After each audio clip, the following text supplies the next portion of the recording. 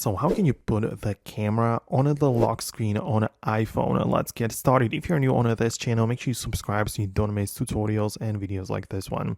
Okay, so there are more ways how you can access the camera from the lock screen.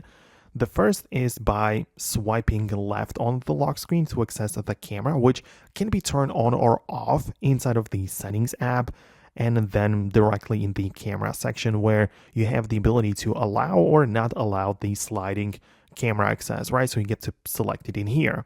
The other method is by adding the button on the lock screen for camera access, right? So you can hold down on the lock screen like this, tap on customize, and choose the two buttons to one of them to make it like the camera, of course, right? So you can tap on the minus icon of whatever is there and tap on the plus to add it from any of these controls or apps or anything that you want to trigger or open directly from the lock screen. So as you can see, we can select the camera like that and it's just going to be working fine. All right, so as you can see, there are more ways how you can put the camera on a lock screen. So most definitely let me know in the comments below which option you decided to go with and if it actually functioned for you.